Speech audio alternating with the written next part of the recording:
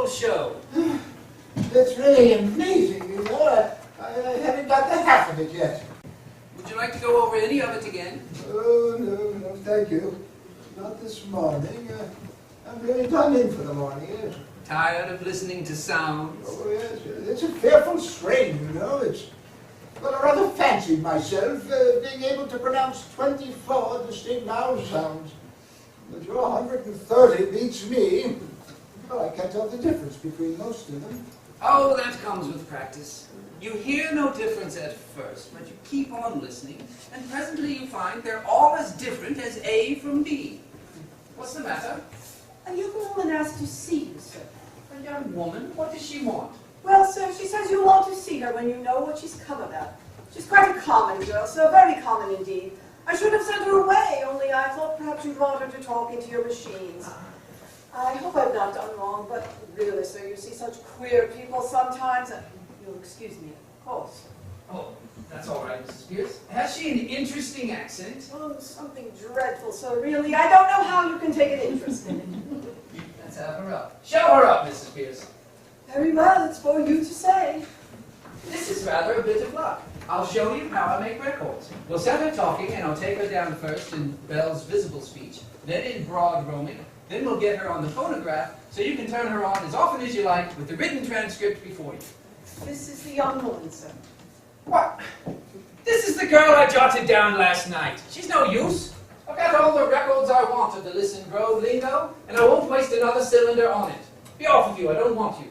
Don't you be so saucy. You ain't heard what I come for yet.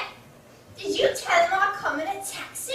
Nonsense, girl. What do you think a gentleman like Mr. Higgins cares what you came in? Oh, we are proud. He ain't above giving me lessons. Not him. I heard him say so. But if my money's not good enough, I can go elsewhere. Good enough for what? Good enough for you. Now you know, don't you? I'm coming to have lessons, I am. And a pie form too, make no mistake. Well, what do you expect me to say to you? If you was a gentleman, you'd ask me to sit down, I think. Don't I tell you I'm bringing you business? Pickering, shall we ask this baggage to sit down, or shall we throw her out of the window? Ow! I won't be called no baggage. Not for when I've offered to pie like a lady. But what is it you want? I want to be a lady in a flower shop. Instead of selling at the corner of Tottenham Court Road. They won't take me unless I can talk more genteel. Well, he said he could pay me. Well, here I am, willing to pay him, not asking any favours. And he treats me as if I was How dirt. can you be such a foolish, ignorant girl as to think you could afford to pay Mr. Higgins? Oh, why shouldn't I? I know what lessons cost, same as you. And I'm willing to pay. How much? Now you're talking. Thought you'd come off it when you saw a chance to get a bit of what you chucked at me last night. You had a drop in it, haven't you? Sit down. Oh, if you're going to make a compliment of it. Sit down! Sit down, girl. Do as you're told. Ow! Oh, please sit down.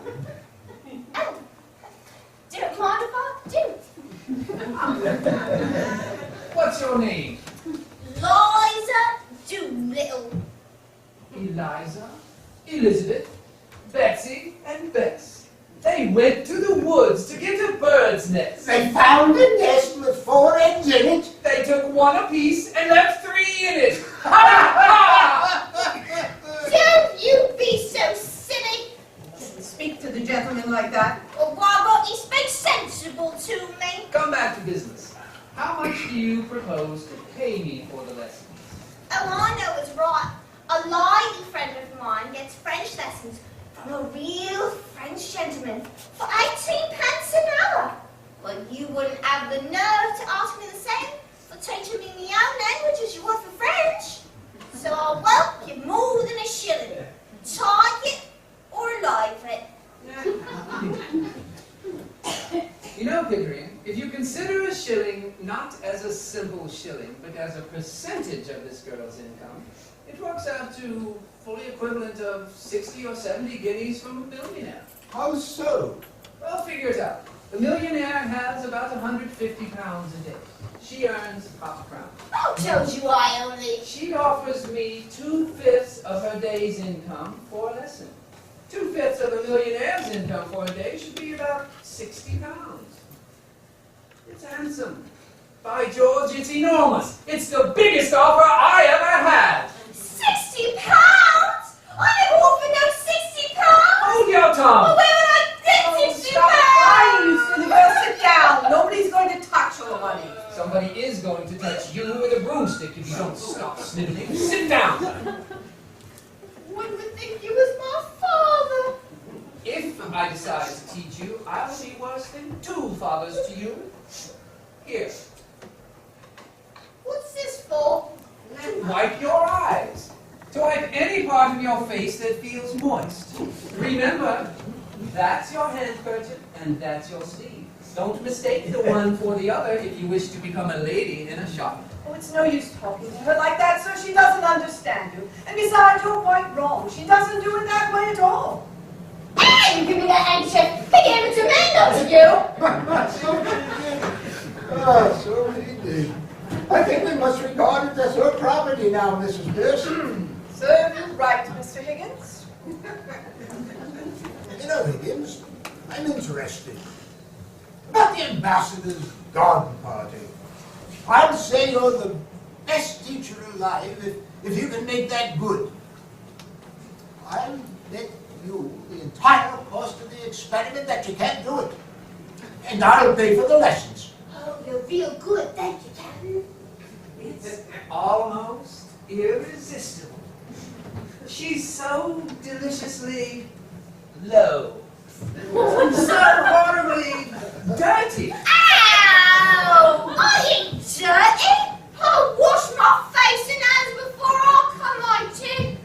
You're not going to turn her head with flattery, Higgins. Oh, don't say that, sir. There's more ways of one of turning a girl's head, and nobody can do it better than Mr. Higgins. Though he may not always mean it. I do hope he won't encourage him to do anything foolish. What is life but a series of inspired follies? The difficulty is finding them to do. Never lose a chance. They don't come every day. I shall make a duchess of this draggle-tailed guttersnipe. Ow! Yes, in 6 months, in 3 if she has a good ear and a quick tongue. I'll take her anywhere and pass her off as anything. We'll start today, now, this moment. Take her away and clean her, Mrs. Pierce. Monkey brand if it won't come off any other way. Is there a good fire in the kitchen? Yes, but I'm not Take all her clothes off and burn them. Bring up Whiteley or somebody for new ones. Wrap her up in brown paper till they come. You ain't no gentleman, you ain't to talk of such things. I'm a good girl, I am, and I know the likes of you are, I do. We'll have none of your Listen Grove prudery here, young woman. You've got to learn to behave like a duchess. Take her away, Mrs. Pierce. If she gives you any trouble, wallop her. Ow! You got no right to touch me. But I've no place to put her.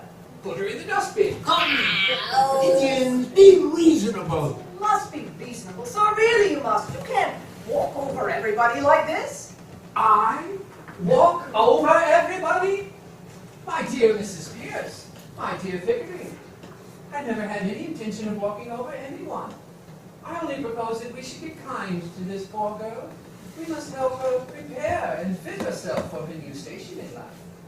If I did not express myself clearly, it's because I did not wish to hurt her delicacy or yours. Well, ever had anything like that, sir? Never, Mrs. Pierce, never. What's the matter? Well, the matter is, sir, that you can't take a girl up like that as if you were picking up a pebble on the beach. Why not? Why not?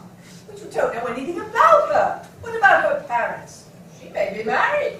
Gone. There, as the girl very properly says, gone. Married indeed. Don't you know that a woman of that class looks a worn-out drudge of 50 a year after she's married? Oh, marry me. By George, Eliza, the streets will be strewn with the bodies of men shooting themselves for your sake before I have done with you. So you mustn't talk to her like that. I'm getting out of here. He's balmy. He's off his chump, he is, and I don't want no balmies touching me. You are an ungrateful, wicked girl. is my return for offering to take you out of the gutter and dress you beautifully and make a lady of you. Stop it, Mr. Higgins. I won't allow it. It is you who are wicked. Go home to your parents, girl, and tell them to take better care of you. I ain't got no parents. They told me I was old enough to earn my own living and turned me out. Where's your mother? I ain't got no mother. She that turned me out was my 6th stepmother. Well, I've done all right without them, and I'm a good girl, I am. Very well then, what on earth is all the fuss about? The girl doesn't belong to anybody. She's no use to anybody but me. You can adopt her, Mrs. Pierce. I'm sure adoption will be a great amusement to you. Now let's make no more fuss. Take her downstairs. Her, sir? Is she to be paid anything? Oh, to be sensible, sir. Oh, pay her whatever is necessary. Put it down in the housekeeping book.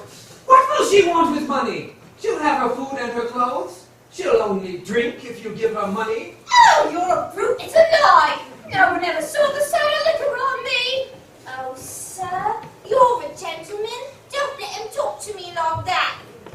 Higgins, does it occur to you that the girl has some feelings? Oh, no. I don't think so. Nothing feelings we need bother with, have you, Eliza? I've got my feelings same as anyone else. You see the difficulty? What difficulty? To get her to talk grammar. The mere pronunciation is easy enough. I don't want to talk grammar. I want to talk like a lady in a flower shop. You must keep to the point, Mr. Higgins. I want to know on what terms the girl is to be here. Is she tackling wages? And what's to become of her when you've finished her teaching? You must think ahead a little. What's to become of her if I leave her in the gutter? Tell me that, Mrs. Pierce. That's her own business, not yours, Mr. Higgins. Well, when I've done with her, we can throw her back into the gutter, and then it will be her own business again. So that's all right. Oh, you got no feeling art in you. You don't care nothing before but yourself. I had enough of this. I'm going, I am. Have a chocolate, Eliza. How do I know my being? I heard girls being drunk by the likes of you. Pledge of good faith, Eliza. I eat one half, and you eat the other. Ow. You shall have boxes of them, barrels of them every day. You shall live on them, eh? I wouldn't have eaten it, only I'm too lightly not to take it out of me mouth. Listen, Eliza, I think you said you came in a taxi. So what if I did? Other rocks take a taxi, same as anyone. You have, Eliza. And in future, you shall take as many taxis as you want. You shall ride up and down and around the town in a taxi every day. Think of that, Eliza. Mr. Higgins, you're tempting the girl. It's not right. She should think of the future. At her age? Nonsense. Time enough to think of the future when there's no future left to think of. No, Eliza. Do as this lady does. Think of other people's futures, but never think of your own. Think of chocolates, and taxis, and gold, and diamonds. No! I don't want no gold and no diamonds. I'm a good girl, I am. You shall remain so, Eliza, under the care of Mrs. Pierce. And you shall marry an officer in the guards with a beautiful moustache, the son of a marquis, who will disinherit him for marrying you, but will